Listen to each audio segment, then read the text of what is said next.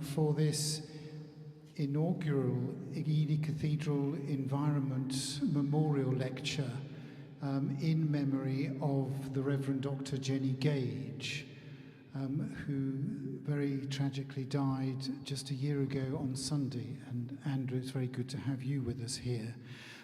Jenny, as many of you know, was the Cathedral's Social Justice Minister, and Jenny's enthusiasm and drive was transformative for the Cathedral's environment programme and goals, and some of those are illustrated on the pop-up screens around him. Do please have a look at those at the end of the evening.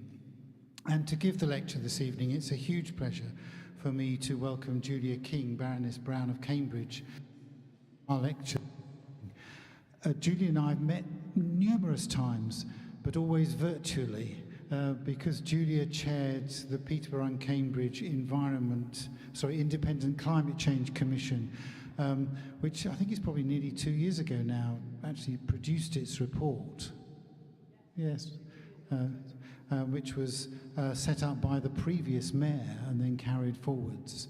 And as you've probably read before, Julia is a crossbench member of the House of Lords and is currently the Climate Change Committee's on the Adaptation Committee, and is a complete expert in this field, so which I'm not really.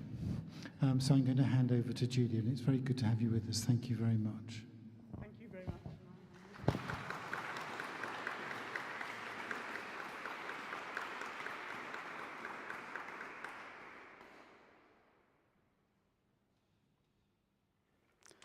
A reassuring light had come on, and that sounds like that's well and truly on.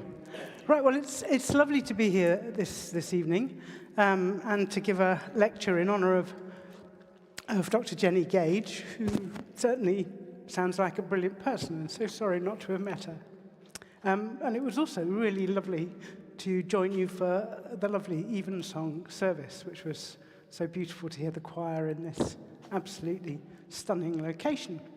So I want to talk about delivering net zero, getting to zero emissions by 2050, but also, and you might expect this from me because I chair the Adaptation Committee of the Climate Change Committee, I want to remind us all that actually just reducing emissions is not enough.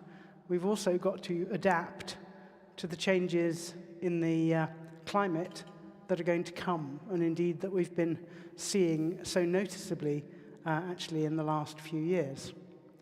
So I'm sure we've all noticed that the climate is changing.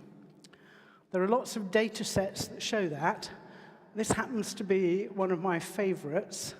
This is a data set from about 810, which is maintained to the current day, and it's the day when they reach what they call full flowering cherry blossom in Kyoto.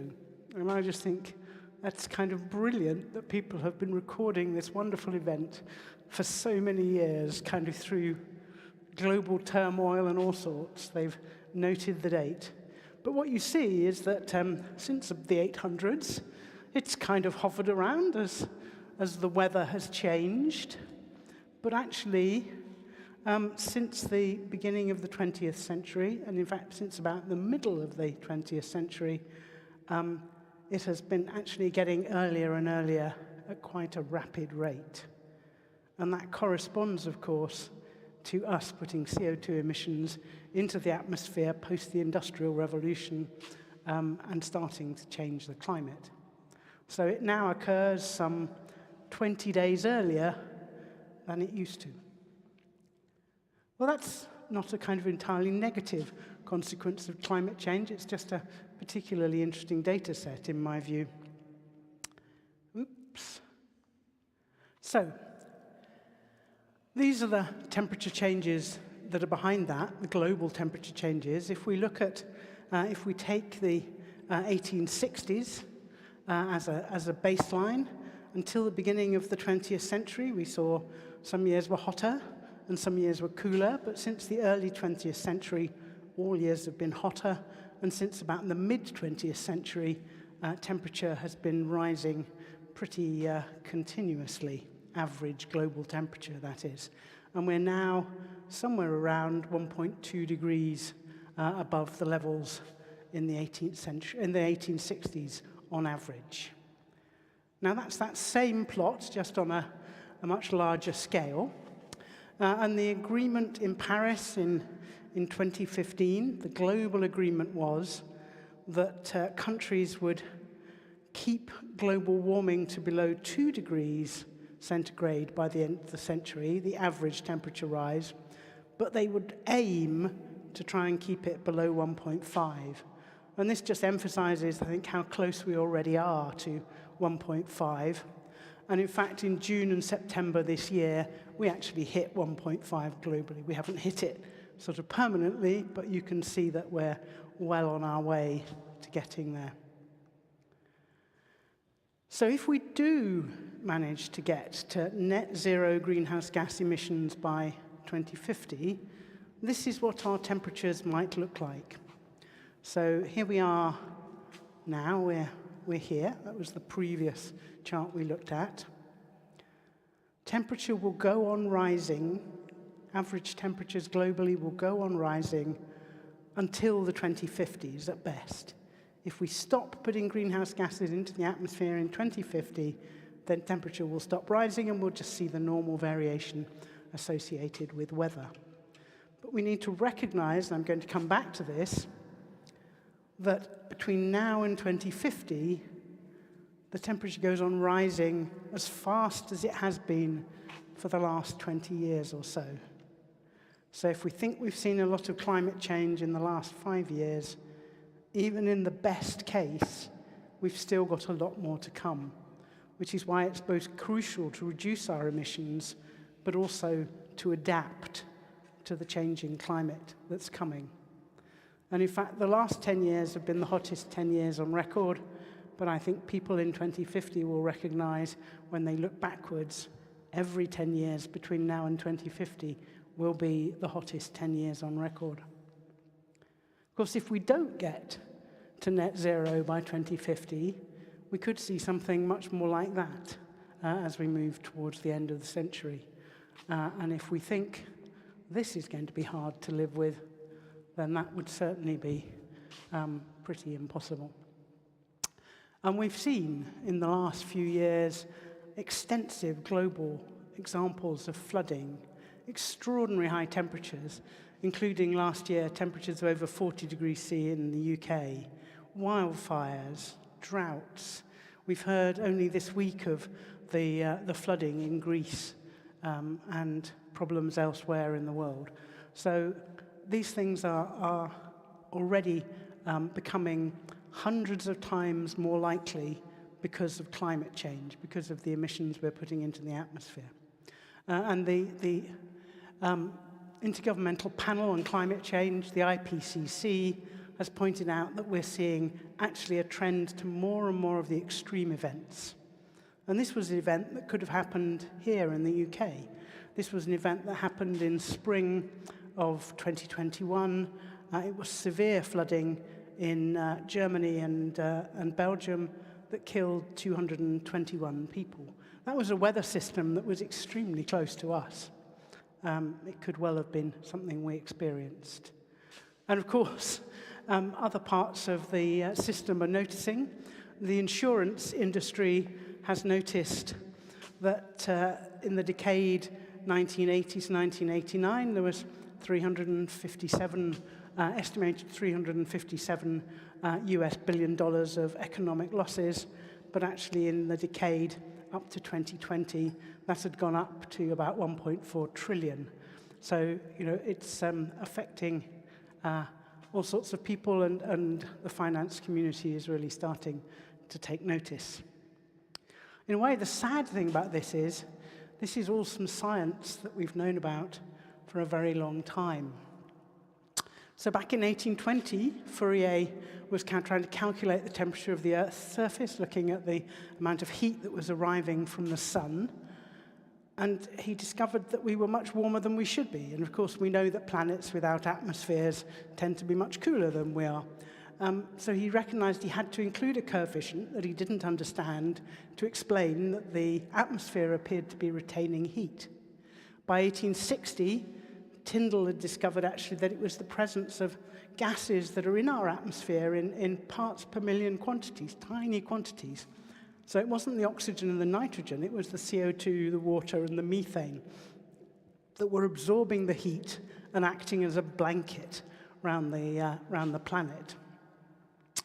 And Arrhenius, at the end of the 19th century, actually twigged, hang on, we're increasing the CO2 in the atmosphere because of all this industrial revolution stuff and burning all this coal. And he calculated that actually if we doubled the CO2 in the atmosphere, it would give us a 5-degree temperature rise. Well, when he did that calculation, based on some very simple physics, the atmospheric CO2 level was 295 parts per million. In June this year, when we saw a 1.5-degree average temperature rise, it was 423 parts per million. And Arrhenius would have predicted that we'd have seen about 2.2 degrees of temperature rise. So he wasn't that far out, really. I mean, he didn't know how the heat distributed itself between the oceans and the air and the land and things like that. So he didn't have all the complex climate models that we have. But he could do a pretty good punt of telling us the kind of temperature rise that we're seeing today. So there's nothing kind of magical about the science. It's actually very simple, and we've known about it for a long time. It's just taken us a long time to get round to doing anything about it. So we should just say a word about why are we targeting in the UK net zero emissions in 2050. And that's because of what was agreed in Paris. And what was agreed in Paris is that we should be as ambitious as possible, i.e. we should try and keep temperature rise, global temperature rise down to 1.5 degrees if we can, and no more than 2 degrees. And that the countries who were basically the countries who were richest should do the most work. Those who could afford to should try and do the most extreme things most quickly.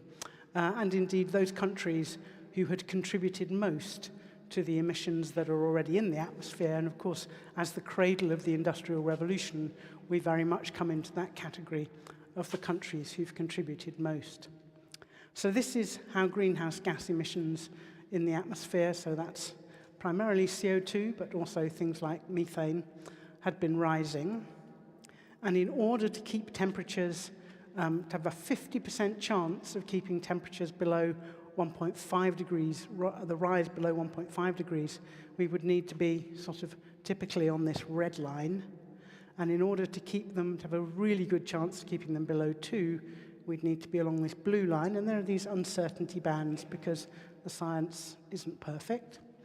But that says, well, actually, we need to get to net zero before 2070 globally. But actually, in a country like the UK, where we are rich, we can be more ambitious, and we contributed significantly to climate change historically. Our government took the decision that we should aim to get to net zero by 2050. And in fact, most countries are looking to, can we aim to get to net zero by 2050? But at the time of the Paris Agreement, that was quite a positive thing to be saying. So how are we doing? Well, in 2019, we amended our legislation called the Climate Change Act that was passed in 2008. In 2008, we passed legislation that committed us to an 80% reduction in emissions by 2050. So here are our emissions coming down from 1990, and the rough path we needed to get on was that red one. But in 2019, after the Paris Agreement was signed, we changed our legislation to say we would get down to zero, or actually we call it net zero, because we can't get down to zero emissions, but we can do some things which take CO2 out of the atmosphere. Some of the nicer things we can do is plant far more trees, and then we hope there will be some technological solutions whereby we can suck CO2 out of the atmosphere by, for example, electrochemical means. So those, if you like, are negative emissions, so they'll be used to balance off the emissions that we can't completely get to zero. So getting down to net zero. So that's now what we're committed to in legislation in the UK. And actually you can see from the slopes of those lines that although it's only the last 20%, because we're going to have to do it over quite a short time scale, it's actually quite a significantly steeper rate of reduction of emissions than the 80% target committed us to. So I'm going to go back to 2019, and it's not because I haven't bothered to look up the more recent data. It's just that at the moment, there is no sensible trend over the last 3 years because, of course, COVID and lockdown made some unusual and extraordinary differences. Like, there was a period where there was no transport, and so there were no flights. So emissions from aviation and transport kind of fell to almost zero for a while. So this is how we were doing up to 2019. And you can see there are only 2 parts of our economy where we even look as if we have any chance of getting towards zero. And that is our electricity generation. That's this red line here, which had started to decline very sharply after we committed to take coal stations off the system. And industry, which has been steadily coming down, mostly because of energy efficiency, because of industries looking at how to reduce their costs, but to some extent because of changes in actually some of the things we manufacture in the UK. But some of the really key areas, like surface transport, so cars, vans, and lorries, doesn't look as if it's going to get anywhere near net zero, and similarly, heat in our buildings hasn't really been progressing very fast. And this was emissions from waste, and this was because of the landfill tax, which was introduced because of the European Union legislation. That was for quite a long time quite effective, and then it kind of flattened off. So again, we still need some further policy to start to get waste emissions coming down towards zero. So that's kind of what the picture is, and when things settle down again, they will look roughly like that, except that we'll have reduced emissions from our power system even more because we've taken more coal off the system and we've started to have more generation from renewables on our system. But everything else will look pretty similar when we settle back to some normal patterns after COVID, I would predict. So we've got 27 years. We've got to get all of those emissions pretty close to zero. And the core way we will do that, absolutely fundamental to doing that, is decarbonising our electricity system and then using that decarbonised electricity for transport and for heat in buildings. Those are and also, of course, for industrial processes. So the implications of that are, in the next 27 years, we've got to at least double in size our electricity system, our power generation in the UK. That means we've got to increase by pretty much an order of magnitude the amount of offshore wind we build around the coast of the UK. We're going to have to completely transform our electricity grid, the transmission grid, and the distribution grid that brings electricity to us in our homes locally. We're going to have to start producing low-carbon hydrogen, probably making that from electricity, in order to decarbonize some of the industrial processes that we can't electrify. So I was talking to somebody earlier about steel making, for example. We may be using hydrogen for reducing iron ore. Some industrial processes are still going to give off CO2 emissions, things like producing cement and concrete. So we're going to have to be capturing the CO2 that's released from that and storing it, carbon capture and storage. So that's something we don't do at the moment, so we're going to have to build that up. We've got about 29 million buildings that are currently heated with gas in the UK. They're all going to have to be converted to low-carbon heat, so heat pumps or other solutions. We've got about 35 million cars and vans. They're all going to need to be zero emissions. We've got somewhere approaching probably 1 million electric cars today, but that's quite a long way to go. We're going to have the charging points to support them. In order to take CO2 out of the atmosphere in what you might say in the nicest possible way, using nature, we're going to have to increase the rates of new forest and woodland plantation by a factor of 5, and so take up our forest and woodland cover from about 14% of the country to about 18% of the country. And to make space for that, we're going to have major changes in agriculture, and actually we're also going to have to support that by changes in diet and reducing our consumption of particularly meat and dairy, because that takes up an awful lot of space. So that's an awful lot to do in the next 27 years. We've done things as dramatic as any one of these things in that kind of time period. I just think we've never done all of them at once. And I think we really do need to get our minds around the fact that actually this is some very radical change that we've got to get going on. Underpinning that is some really dramatic changes in the fuel we use. So this is the amount of electricity we use in units of energy, terawatt hours. Don't worry about them being terawatt hours, they're just units of energy. So we use about 300 terawatt hours of electricity today.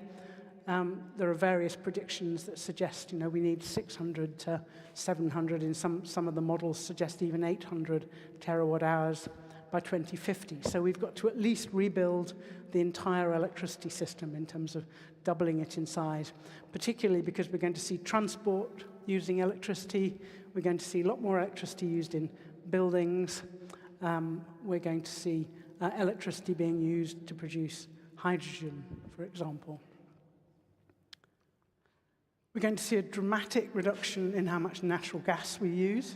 So something like a 75 to 80% reduction in natural gas, and any natural gas that continues to be used in 2050 will have to have carbon capture and storage, so we'll have to be capturing the CO2 emissions that burning gas creates. And an even more dramatic reduction in our use of oil. So as we electrify the car fleet, something like a 90% reduction in our use of oil, so that by 2050, just about the only thing we're using it for is aviation, because it's extremely hard to decarbonize aviation. And then, and apologies, this has a completely different scale on the axis. So it's a much bigger scale on here, so that exaggerates the size of this.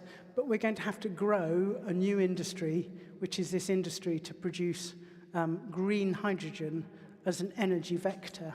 So turning, ideally, electricity into hydrogen, but potentially also turning natural gas, methane, into hydrogen, and using that for shipping, to decarbonize shipping, using it for decarbonizing industrial processes, also using it in some cases, for example, for generating electricity.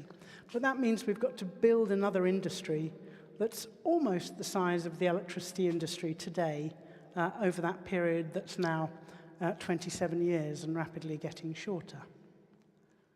And just to put it into some very simple numbers, today, in total, in the UK, we use about 200 terawatt hours of energy, just of these energy units.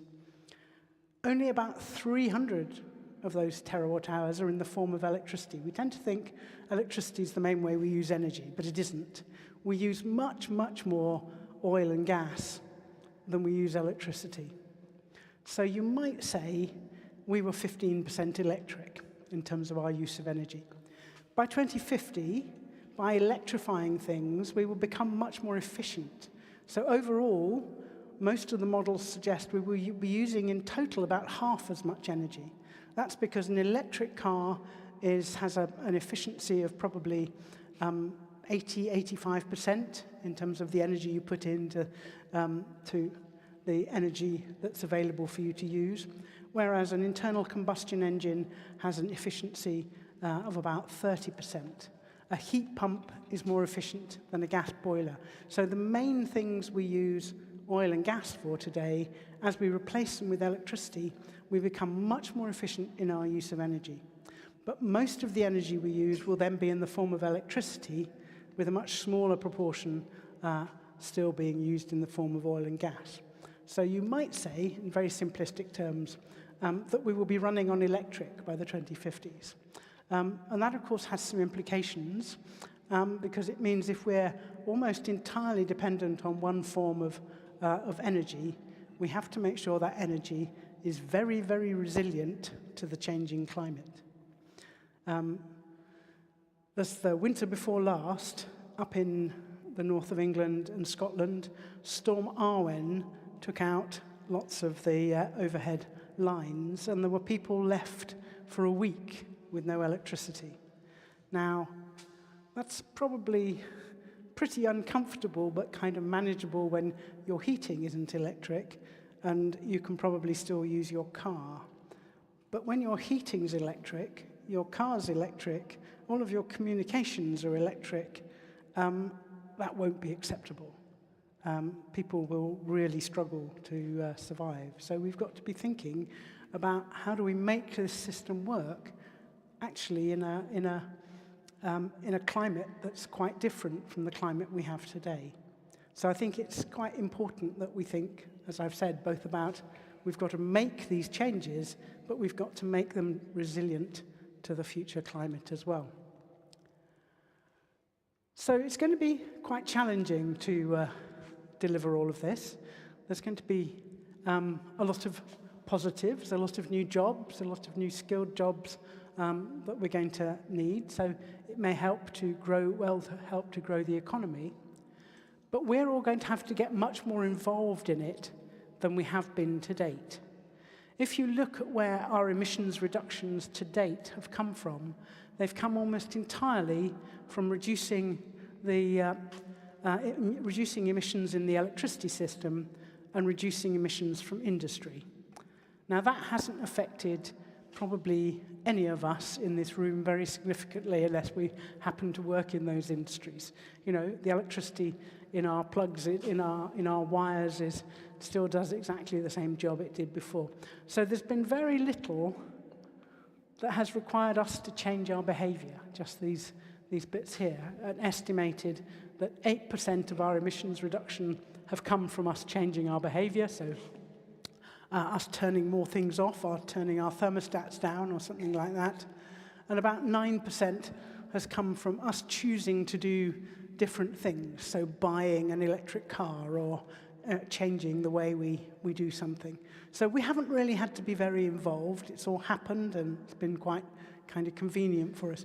As we go forward, people have got to be much more involved in this change, because more than half of the emissions reductions require us to do something different. And so we need that kind of, I mean, it's why it's lovely to be here, because we need that engagement of the population in understanding why these things have got to change and being prepared to play their part in these changes.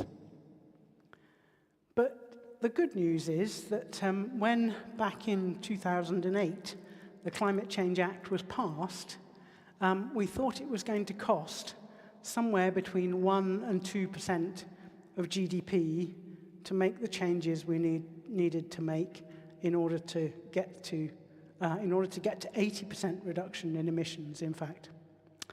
When in 2018-19 the Climate Change Committee did a reassessment of how much it was going to cost us to get to net zero, they came out with this figure that the most likely cost was probably about 0.5% GDP, because we'd developed technologies, we'd got bigger wind turbines, solar panels had got cheaper, many of the batteries for electric vehicles were getting cheaper, many of the technologies were getting cheaper, and every time we've done the calculation, actually the cost of the net zero transition has got smaller. And indeed, other work suggests that with the potential of the new jobs that will be created, it could actually become a driver of GDP growth. So there are some challenges, in particular engaging people in the transition, And there are not current benefits, but there are some future benefits, I think, in terms of actually growing the economy. So we do have a reasonably comprehensive net zero strategy from the government. And in fact, we most recently now have a, I can't remember quite what it's called, a decarbonisation plan, which supplements the net zero strategy and a whole other range of related strategies. And these are the percentages of our emissions currently from these different sectors. So in surface transport, that's nearly a quarter of our emissions in the UK. The plans are reasonably good. In power generation, which is 11% of our greenhouse gas emissions, they're also reasonably good. In buildings and in industry, they're some good bits, some bad bits. In agriculture and land use, they're nothing like strong enough yet. But we do have a comprehensive plan in theory that goes across all the key sectors of our economy. That's probably a world-leading position. But the challenge at the moment is we are just not delivering it fast enough. And we have got 27 years, and we have got an enormous amount to do, and we are not focused enough on actually how we are going to deliver some of these very big changes in infrastructure and indeed, to some extent, in the way we operate in this country. So much, much more needs to be done. But as I said, unfortunately, just getting to net zero isn't enough, because the temperature goes on rising for the next 30 years while we get there. So we need to both mitigate, i.e. to reduce our emissions to get to net zero, because that reduces the climate hazard, whether that's the temperature or the flooding or the drought or the fire or the sea level rise. But actually the impact of climate change is a combination of both how big the hazard is, how exposed we are to it, and how vulnerable we are to it. And so actually, in order to reduce the impact, we need to reduce this, but we also need to reduce this and this. And I think that's probably part of this that Jenny would have been particularly engaged in, because quite a lot of that is, of course, about how do we make sure that as we are addressing climate change, we don't leave people behind. We don't end up with something where the most vulnerable people are actually suffering the most. So there is no point in having lots of lovely net zero infrastructure if we put it somewhere where it floods. So just really to bring home the point that there's quite a lot of climate change to come, there's lots of change baked in. So even if we get to net zero by mid-century, there's still probably another 0.6 of a degree of warming to come. So we probably will get up to about 1.8, maybe even 2 degrees by 2050. A really hot heat wave summer in the UK, which is currently somewhere between 10 and 25% chance, will be an absolutely typical summer. So last year with our temperatures, our 40 degrees C temperatures, or 2018 when we had a real heat wave as well. Summer rainfall will be reduced, and the average of the predictions is by about 11%, but some of them suggest it could be as much as 24%. It also changes for different parts of the country, and here, as we go out towards the fens, we see a particularly extreme end of that distribution. So it will get much drier in the summer around here, very likely. Average winter rainfall increases, so possibly by 5%, but could be as much as 16%. And overall, we get wetter, because there's more, in these higher temperatures, there's more water vapor able to be held in the atmosphere. So actually, overall, there is more rain, but it only comes when we're not trying to grow crops. So we need to be thinking about how do we capture that rain when it does come. We need to be building more reservoirs and helping farmers store water on their farms. In the summer particularly, we will get more tropical sort of rain, more periods of very, very short, sharp, heavy showers that lead to surface water flooding, and actually tend not to help with watering the gardens and things because they run off the dry ground. And the sea level will continue to rise, potentially by as much as another 37 centimetres, and potentially by as much as 1 metre by the end of the century. So really significant impacts at the coast. But that's baked in. Even if we get to net zero, we can expect this to happen, and we need to be ready for it.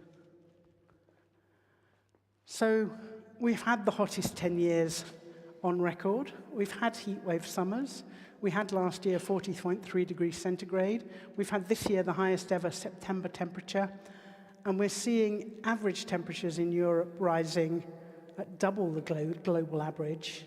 But we're seeing maximum temperatures in the extreme southeast of the UK rising at about 1 degree per decade. And that's not a prediction, that's empirical data. That's what's actually been happening.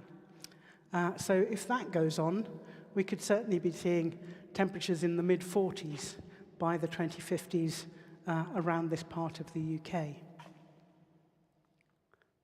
High temperatures we are not prepared for in this country. Typically, in periods of high temperatures in the summer, so this is summer 2021, we see a peak in the death rate for elderly people and people with chest complaints and things. So in 2022, that very hot summer, we saw some over 3,000 excess deaths in England and Wales. Many of our homes overheat. Most of our hospitals overheat. At the peak of the hot weather last summer, 20% of operations had to be cancelled because the operating theatres were too hot for it to be safe to operate in them. And we see a drop in productivity when we get up to these very high temperatures, which we need to be thinking about in terms of how is that affecting our GDP in the UK. So we need to be thinking much more about how do we live in a country that's much more like France or Italy in the summer. You know, we don't have shutters on our houses. We open the windows when it's hot rather than shutting them when it's hot. We need to get the behaviours in that will enable us to deal with this. And we need to make sure that we are making our buildings safe. So this is a London office block that was converted into some very fancy apartments. And in 2018, this flat reached a temperature of 47.5 degrees centigrade. If a baby had been sleeping in that room, it might well have died. That's not the kind of building that we need for the future, and we need absolutely to make sure that we have building regulations that make sure that doesn't happen. We also need to be thinking about how much water we use. So this is water availability today, and we already have water deficits around London and the southeast. If we don't do more to reduce our water consumption, then all around here in East Anglia, where we grow so many of the UK's salad and vegetable crops, will be in water deficit. The good news on water is we can do something about it. Sorry, this is a different selection of colours and a slightly different bit of modelling. But if you take a situation like this, with these problems in East Anglia, and you do things like reducing our water consumption per head from the 140 litres per person per day that we currently use in this country down to 90 litres per person per day. And in Belgium, they only use 80 litres per person per day already. So these are not unimaginable figures. Then actually you get to the 2050s having eliminated most of this supply-demand deficit. And if you add to that building of on-farm water storage and other things, then actually you can make the adaptation measures that enable us to cope with these drier conditions, for example, in the southeast. But of course, high temperatures, dry conditions increase wildfire risk. Now, in general, climate change doesn't cause wildfires. Very, very occasionally, weather does when there's lightning that sparks and causes a fire. Generally, people cause wildfires, but climate change gives us the conditions that mean that wildfires can spread very rapidly when people do leave their barbecues behind after they've been out for a walk in the countryside or whatever it is. And we are seeing in the UK a really significant increase in the area of land that's getting burnt through wildfires as a result of these dry, hot summers that we're having, again, particularly in the southeast of England. We're also starting to see some of the other impacts of climate change, which is new pests and diseases. This is in Scotland. It's the spread of needle blight in the Forestry Commission forests. So back in 2007, they saw needle blight in a few of their forest plantations. By 2013, they had it in all of their forest plantations. And trees are having a particularly bad time in Europe with climate change. The Germans think their forests are sick. Their trees are suffering from the increase in winter rainfall and then the heat and drought in the summer, and then new pests and diseases, in their case, in particular bark beetle. And they're seeing it in 70 to 80% of their common trees. This is coming to us. This is something we need to be very conscious of. And we need to be recognizing that it's going to be very important to plant the right tree in the right place. So although we love our beech trees, and I'm sure our beechwoods with flowers in them in the spring are something many of us enjoy, by the 2050s, all of this part of the country will be unsuitable for beech. Perhaps not surprising that it'll be unsuitable for Sitka spruce trees, and we may not want them anyway, but we need to be thinking about, as we restore land, as we plant new woodland, that we need to be planting the trees that are going to survive, not in the climate of today, but in the climate of 20 or 30 years' time when those trees are going to be coming to maturity. And we must make sure that we're not just planting one type of tree, because if you get something like bark beetle or you get something like needle blight, and you've only planted one type of tree, you could lose all of your trees. We need to make sure we're getting the benefits of biodiversity, and we're planting a good diversity of things as we put in new forests and indeed also new hedges in your garden. We're going to see an increase in flooding, even with the funding that the Environment Agency have and the work that they are doing. We will see an increase in the number of people and homes that are likely to be affected by flooding.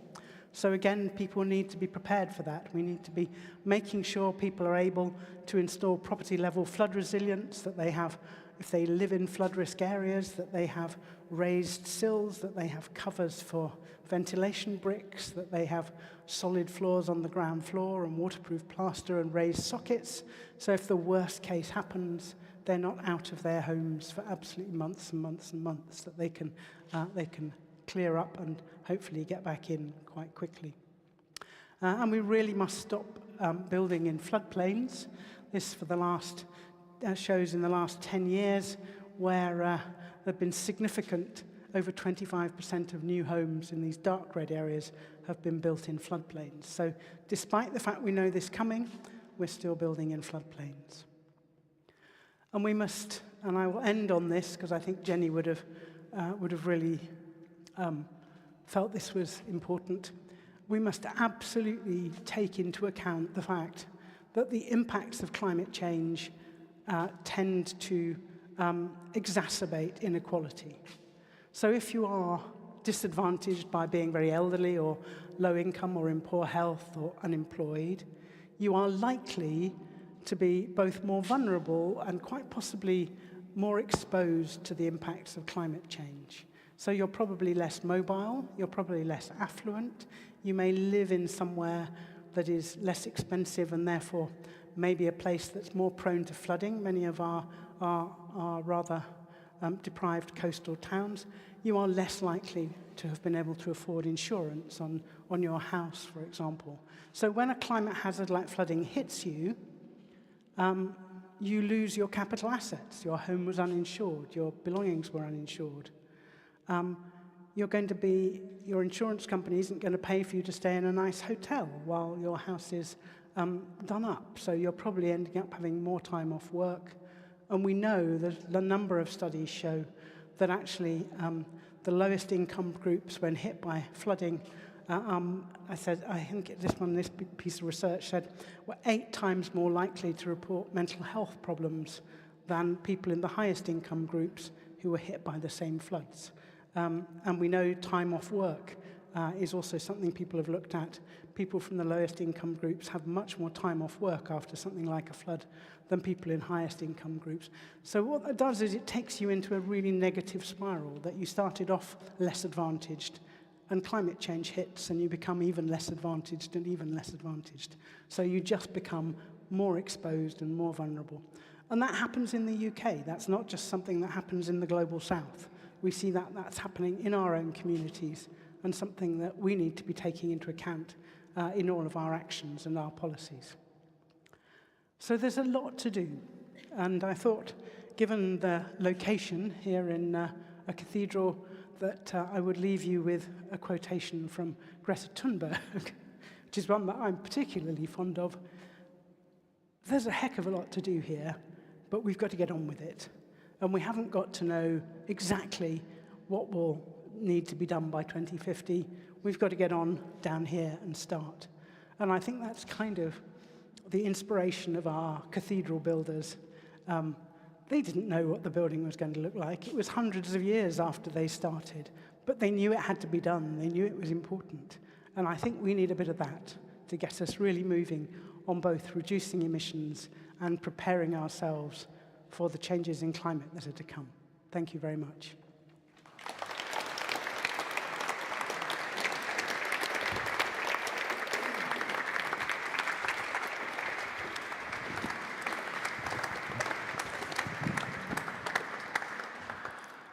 Julia, thank you so much. Time for questions.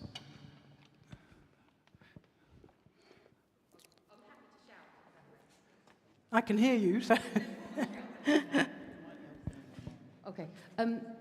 So the one thing that thank you, I thought that was really, really very fascinating, and I'm really pleased to hear everything you said. But the one thing I felt that was perhaps missing was the effect of heat waves on criminal activity.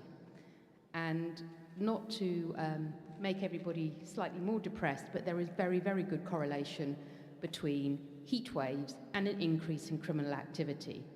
And it's just another aspect that we don't think about. So for those of us who might be involved in the construction of serious violence duties around the UK, this is something, and I know I've raised it within my own strategy, exactly that, because people don't think about one thing is those people who might be committing the crimes, but those are those agencies responding to that. And how do you respond consistently in heat that's 40 degrees plus? And we're just not giving it that full thought. And I thought this was fascinating. And actually, just, we're not thinking wide enough. I mean, I'll be 80 in 2070. You can do the maths, I'll let you do that. But I will be one of those vulnerable elderly who, you know, I'll be lucky. It's Alzheimer's month this month for everybody, but I'll be lucky if I don't get that. You know, so all of that on top of it, you think like, where are we going to do it? How are we thinking? And I think that's absolutely inspirational, what you've just said. And for me, it's about getting that message out to all communities, not those of us who are just willing to listen. Well, I think that's a fascinating point about criminal behaviour, and one I will take back to my committee and get the team to have. It's not an area we've looked at in any detail, but that's a really interesting one, and I'll get them looking at that. But I do think we need to be thinking very hard about how to, you know, I was talking to the police in the House of Lords earlier today, where inside the building it was really hot and humid, and of course they're all wearing their anti-stab vests, apart from, you know, long flannel trousers and other unsuitable summer clothing. And I was saying, gosh, you know, you must be absolutely so uncomfortable doing this job. And when you need people to be at the peak of their concentration, because they're there in case there's a terrorist incident, not in case I fall over a slab on the floor, having them uncomfortable is absolutely hopeless. And I know our armed forces are thinking about these, but I don't see our police forces yet thinking enough about how we need to be changing, how we support people who have to do these jobs. So I think you make some extremely good points, and I'll certainly take those away and see what we can find out about them. We'll be stopping wearing all our vestments in church. Thank Thank you very much for that fascinating talk. I saw that Richard Littlejohn had written in the Daily Mail this week that the ecomaniacs now want us to be colder and poorer. Now that the Tories seem to have realised there are votes in opposition to anti-pollution policies, do you think there's going to be a pushback against the sort of things you've been arguing for this evening? I am worried about that, and I have felt this has been quite a worrying summer in terms of that, in terms of important steps being completely miscommunicated and misinterpreted. And I do think that we need to get better at explaining policies to people, and also about painting a picture of the fact that although we have these difficult things to do, the world of 2050 could have much cleaner air, could have much more green space, could be much quieter. We might hear a lot more birdsong with electric vehicles and things. It might actually still be an extremely nice place to live, and in some ways, in some city centres, much better than it is today. And I think we've got to get better of not making this all terribly depressing, although giving people a shove to say you've got to actually get a move on and do some of this stuff, but then sort of get the message across that when we do it, actually it's a lot of the things that we need to do will deliver some very positive additional benefits, and you know, be on the front foot with explaining the good things about it. Thank you very much. Thanks very much for your talk. And I'd love to talk to you on another time and ask you about all sorts of things, but the time's limited now. I wonder if Greta would actually say that in your talk you actually have laid the foundations for the cathedral. I think she would look at the foundations that you have set out for us and say, there are questions to be asked. The notion of net zero hides a multiple, let's call them sins, many sins. The notion of net zero defers to the future and to future generations.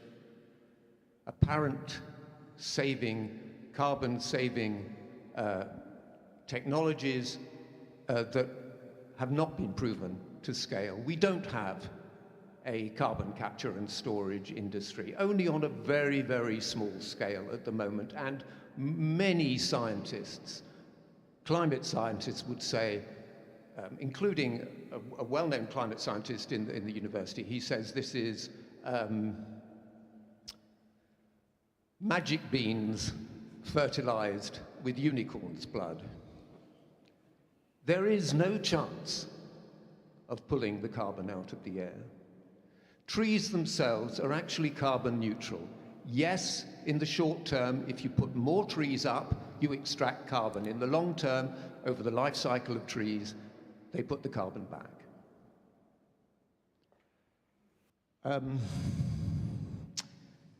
When you produced the commission report for Cambridgeshire and Peterborough, you said, and that's 3 years ago, more or less, Cambridgeshire and Peterborough has 6 years left of its carbon budget, of its legally required carbon budget, to 2050. That means if we were to meet in this area our carbon budget, it means no more building, no more pouring of concrete, no use of cement, huge reductions in the use of energy, and so on. And I would love you to say that is the case. I mean, it's something I've taken from your report and I repeat at every opportunity. I guess now it's not 3 years left, because that was 3 years ago. It's almost nothing left to 2050. The courts have said that the government is acting outside of the law in not producing a viable plan to move to net zero. And net zero itself, as many argue, is a meaningless concept. I will come to, there are a lot, I'm sure that Julia King understands, I know, forgive me, but I'm probably on this side of the argument one of the very few who will make it. So, when I saw your talk, I thought net zero isn't enough, and you were going to say net zero is nonsense. We don't have the, I mean, we don't have the means to come to zero if we defer, or even if we invest in certain industries, including hydrogen. Many scientists say hydrogen is not the answer. So my question to you is, do you think, in the spirit of Greta Thunberg, you might be more honest about the dire situation we're in and more ambitious about how we should get there? Thank you.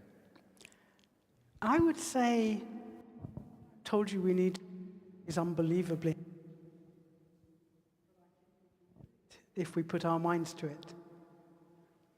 I would agree, we don't have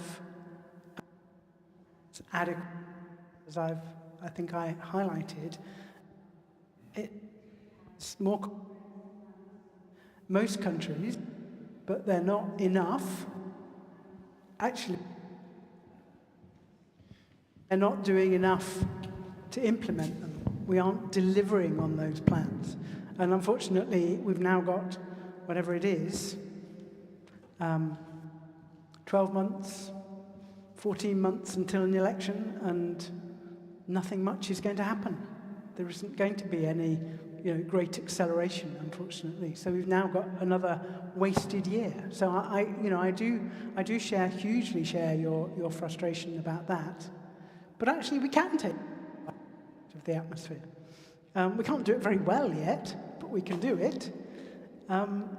We can make hydrogen with electrolyzers at 86% efficiency. We've been running them at series power over the last 3 months. So, we can do these things. We've got to get on with doing it. And you're right, hydrogen isn't the solution, but it's part of the solution, because we've got lots of wind energy, lots of solar energy, but we've got to find ways of storing it. And we've got to be able to store it not just for a few hours in a battery, and anyway, we couldn't make enough batteries to store the kind of scale we want. We've got to be able to store it over months, and in fact, potentially over years. So we do need an energy vector like hydrogen for helping us to do something like that. So we can store hydrogen in salt caverns. They've been doing it in Texas for the last 45 years. We can electrolyze water and make hydrogen. We can do that using renewable generation from the wind and the sun, and probably from tidal if we need to in the future as well. So we need people to change their behavior too. It's not all about technologies, but if we think that we aren't going to be able to drive some of these technologies forward, then actually we have a pretty grim prospect. And I'm an optimist, and I think it's getting late, but there is still a chance to achieve this, and we need to get a move on.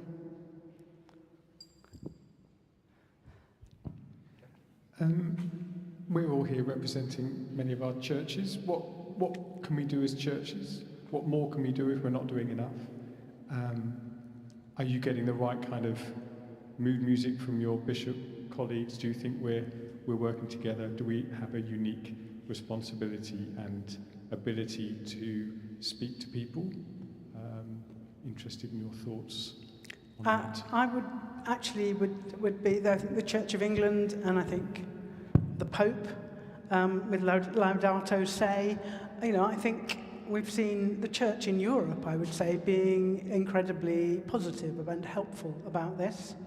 I spent a month in Texas last year, and it's exactly the opposite. If you want to know who's going to be supporting action against climate change, it's not coming from the churches. So American colleagues found it quite bizarre to hear that churches were doing things like Ely Cathedral and setting their net zero targets and engaging people in thinking about this. So, and if I look at what the bishops in the House of Lords are doing, these are subjects that they always speak on and they always speak well on. So I think, there's some real positives from what the church is doing here. There is a huge job of in recognizing that, we say the UK has done a good job in reducing emissions, but we've done all the easy stuff that didn't require us to do anything. We really have got to get people thinking about using less, about a more circular economy, about being more frugal.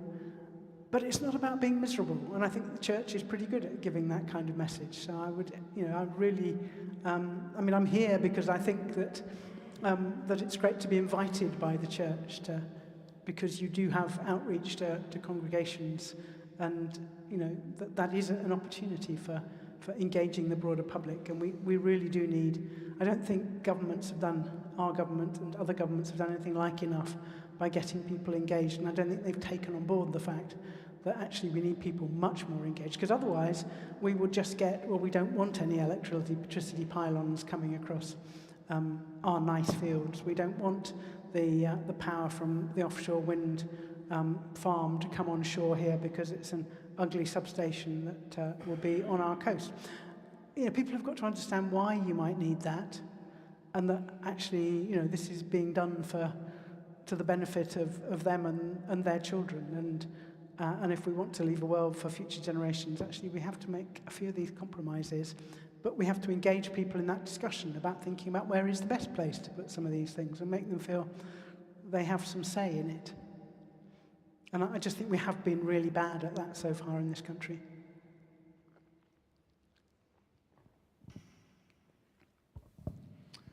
Hello, Julia. We have spoken electronically before, Alan James from CPRE. And I agree with more or less everything you said, but I think the situation is actually far worse. And the reason that I say that, tonight, for example, we have 2,000 people missing off the coast of Libya because of flooding. And we've had other flood events this week, terrible flood events this week. And we've had the wildfires in Canada, again, terrible events.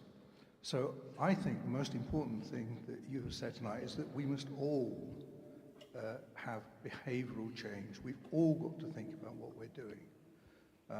In my small company, I've reduced my mileage from 50,000 miles a year to 3. I've stopped flying, I use the internet. We have to think of things like that. We have a situation with sea level rise, which is far faster than the official figures at the moment. Aviso, a good website, use satellite measurements, and the current rate of sea level rise is now 4.29 millimeters a year. Okay, and on top of that, we may get glacial collapse, which could mean another 3 or 4 meters of sea level rise, which would wipe out the fence. And so one of the mitigation things I think we should be doing in this area is improving our flood defences as fast as we possibly can. The challenge with that is that if we get meters of sea level rise, flood defences aren't going to be any good to us. You can't go on pouring concrete into the sea higher and higher and higher. We have to be recognising we can create wonderful places for nature. May mean that we have to move further inshore for that to happen, because it's not about sticking in more and more concrete protection, because that isn't going to work. The only thing about, we shouldn't frighten people too much about some of these tipping points like glacier things, because we're going to get warning of those. Yes, they could happen, and they do need to be on our risk registers, if you like, but they aren't going to happen overnight. And we will know if they are starting to happen, and it will give us some time to take the measures we need to take. They're not a kind of you wake up in the morning, gone up 3 meters. but it's not all suddenly going to melt. You know, we know that ice cubes in our drink take quite a long time to melt. You mentioned aviation in passing. We're about to do a carbon footprint Sunday in 2 weeks' time, and in trying out some of the carbon footprint tools, one thing that's come out loud and clear is the huge part aviation plays in many people's carbon footprints. And what do you see for the future of aviation? Do you think it's going to have to be a lifestyle change? Do you see sustainable aviation fuel having a future, or perhaps even hydrogen? If you had asked me 5 years ago, did I think hydrogen was going to be significant as a fuel in its own right in aviation, I would have said no. But having seen the work that Airbus and Rolls-Royce and Zero Avia and a whole lot of other companies have done, I am beginning to think that they may, for some types of aircraft, they may actually, in the next 20 years or so, be starting to look at something that could work. Clearly, we can make sustainable aviation fuel with green hydrogen and captured CO2, but it's going to be extraordinarily expensive. It's unbelievably energy intensive to make it. So actually, if you do make sustainable aviation fuel, it will work as a dampener on any aviation growth because none of us will be able to afford to fly anywhere. So I think governments do need to be thinking about how do we limit the growth of aviation. I'm afraid it's an uncomfortable thing. Governments don't like to have to think about it. But I think unless, well, you know, actually I think reducing emissions to net zero, we do have to think about demand constraints, you know, doing that through carbon taxes and whatever. And actually, you know, as the climate gets warmer in the UK, why aren't we regenerating some of our seaside towns?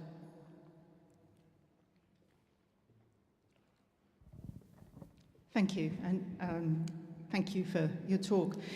I'm kind of concerned about consumption issues, and some of which you've touched on. And I think when we're talking about our carbon emission reductions, I don't think the imported goods feature in that because they feature in the country of origin.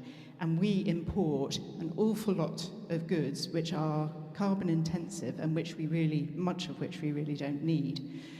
And it's also the idea of product substitution. So for every fossil fueled car, we switch for an electric. That still puts a huge burden on, for example, lithium mines in countries like Serbia or Chile. So we need to really rethink not just how we consume, which we do, but how we live. And that's an incredibly big task. In a way, we did it a bit with COVID and lockdown, but that was so negative for a lot of people, although there were benefits from it. And the whole discourse in government and political parties, most political parties, is the emphasis on growth. And we feel it here in the region. More houses, more businesses, more roads, more concrete, which is hugely damaging. And I don't know if you've got any ideas about how we can move ourselves collectively to think about how we live in different ways. And actually, just whilst I've got the mic, I'd like to thank the woman who brought up crime earlier as related to heat, but domestic violence always goes up in times of environmental crises. And the other thing, of course, which is going to exacerbate it, is climate migration, which we haven't really touched on. So can I just offer for you to pick one of those to respond to? Well, certainly climate migration is one of the things that we, in our report to government every year from the Adaptation Committee, we remind the government that that's one of the international issues it needs to be thinking about, and that's one of the reasons why we need to be doing more to support badly affected countries overseas to try and help them to maintain decent conditions for people there, so that that doesn't drive so much climate migration. It's in our own interests to be doing more in the way of overseas aid in those areas, absolutely.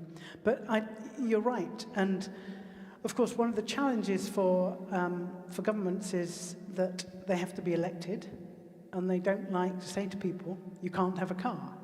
People are, in the climate assembly that was held just before, a year or so before lockdown, people were entirely happy with replacing the car fleet with electric vehicles because it didn't constrain their personal mobility, and that was one of the things they thought was entirely acceptable.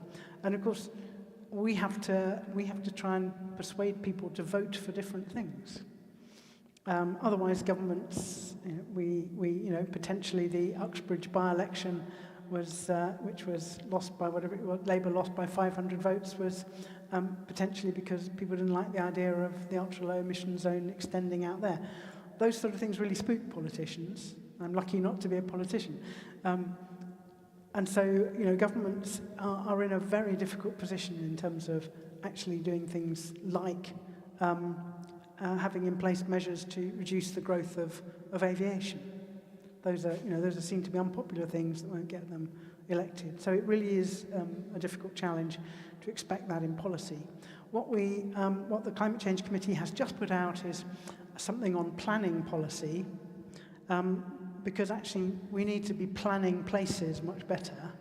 We need to go back to planning places so there is a surgery in the community that people can walk to. There is there are local facilities, the concepts of the 15-minute neighbourhoods and things where people can get to what they need, and of course better public transport, so that we can get people out of their cars. But we've just seen, Cambridge shoot itself in the foot with a very ill thought through congestion charge that actually just had everybody up in arms. And yet we need to do something about emissions and congestion in Cambridge. But it wasn't a very clever way of trying to introduce a piece of policy like that. So I agree with you. What I find quite inspiring is that actually the young people of my friends' children, I don't have any children, but their children, are actually avid buyers of second-hand clothes for their kids, and recyclers, and really interested in circular economy. Those who live in, car ownership in London is falling, and it's quite noticeably falling. As somebody who has a house in central London, there are less cars parked on the streets in the last 10 years, and more use of car clubs. But of course in London we have the luxury of fantastic public transport, which you don't have here, and you certainly don't have if you've got to get from the Fens into college in Peterborough or somewhere. So yes, we need focusing on all of those things, but we need people to tell governments that that's what they want. So again, that's a role for for churches and congregations and societal groups to be getting people to give politicians the right messages and say, we will support you if we do some of this tough stuff, but actually we can also paint a picture of a better world as being the outcome of that. And I would absolutely agree with you, we need to get for an affluent country, the idea that we still use GDP growth as the mark of our success, we have to get moved to something that's about quality of life. Hello there. Thank you very much indeed for a very interesting presentation with some excellent graphs and statistics. I'm from the Ely City Amnesty Group, and I was going to touch on migration really as an issue, and also human rights elements of climate change. And you touched briefly on the social justice issues of the fact that many poorer people are likely to suffer most from the climate change impacts. And of course there's a very good correlation between our affluence and our carbon footprints. Exactly. So poorer people will have in general much smaller carbon footprints. Yes. Than But you talk about overseas aid attempting to mitigate some of the issues of migration, but it's not going to be enough when you have intense desertification across most of the southern hemisphere really, Africa, China. And a lot of the migration that we're seeing now is just a tiny, tiny drop in the ocean of what is to come, given that, and these poor people who have nothing, whose animals have died, whose crops have died, who have no water, and who are subject to terrorists like the Janjaweed and Boko Haram, are trying desperately to make their way to Europe, where they are met with xenophobia and performative cruelty, including from our own government here in the UK. You've also got the issue of things like the lack of recyclability of wind farms, and the fact that most of the solar panels that we're talking about should be everywhere are manufactured in Xinjiang, where the Chinese are practicing genocide on the Uyghurs. So there are countless issues here which are obviously not being touched on tonight, but I just would like to think about your comments on them. Thank you. There are countless issues like that, but there are actually countless issues like that associated with products that we already have. This is not, the problem of children being used to and things like that. These are not problems caused by our solutions to climate change. These are global problems we need to solve anyway. So we shouldn't say we can't do these things to reduce our emissions because, children are involved in mining in Colombia. We should sort out mining in Colombia. This is, I think we should keep them separate. There are plenty of issues like that. There are plenty of other things that sadly are being made by Uyghurs in China that are not just to do with solar panels. So that's an issue we should sort out, but we mustn't let it stop us from dealing with climate change. If that's the problem, we should be making solar panels somewhere else. Sadly, most of the Western governments have been asleep, whilst the Chinese government has been recognizing the need for the kind of minerals and mineral processing technologies that are needed for batteries and electric vehicles and things. They have built up the most unbelievable supply chain, dominating kind of 80% of the supply chain for many of the things we need in batteries and electric vehicles. They've done that as a strategic thing. Any country in the world could have done that, but our governments chose not to have strategies to do those sorts of things. So we need to learn from that. Our governments need to learn from that. We've got to deal with these things separately and not have one of them, the fact that conditions aren't perfect stop us from thinking it's important to reduce emissions. We've got to deal with both. In terms of migration, at the moment, the academic evidence on how much migration is driven by climate change is very uncertain. I mean, I agree with you, it will be driven by climate change, but at the moment there isn't much evidence that the kind of migration we're seeing in the UK is driven by climate change. So it's a very difficult argument to have with government at the moment. But the issue about supporting the countries that are being much more strongly affected by climate change than we are is one that absolutely has to be resolved at a global level. And the discussions on things like loss and damage, and the rich countries actually putting money into these climate funds they keep committing to and then never paying up for, really has to happen. I agree with you. I think it's something that needs to be done globally and isn't just a UK one, but we should certainly be showing a good example and trying to bring others to the party.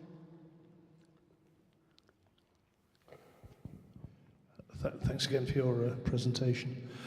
I spent a lot of my life in the world of agriculture, and I recognise we are the problem child of this debate, but also point out that were we to achieve zero rather than net zero, everybody dies of starvation. My question is, particularly in food production, how do we avoid solving the UK's problems? Because your presentation, for absolutely rightly, has been very much UK-centric. How do we avoid solving our problems by exporting them? To misquote the former president of the NFU, a cow belching on the Brecon Beacons produces as much methane as one in Belarus. Yes, and I think we need to be making sure that our trade policy is taking into account the standards that we are imposing on ourselves. We should not be signing trade deals with anybody who is not actually signing up to the same standards of animal welfare, to the same standards in terms of rates of decarbonisation and all of those things. We shouldn't be pulling the rug out from our own under our own farmers because we can get something cheaper from somewhere else. We need to be, I think, encouraging behaviour change that people eat more and better quality meat, and that could well come from the UK rather than being imported. So I think a brave government should be doing that. Now, we unfortunately have signed a number of trade deals which don't impose on the people we will be buying things from the same standards that we impose rightly in the UK. And I think that's absolutely shocking, and I think it's shocking that more hasn't been made of it, actually. Because you're right, it's a way of exporting emissions, but it's a way of taking away livelihoods from people in this country. It doesn't solve the problem. We are not Yes. No, I agree with you. One more.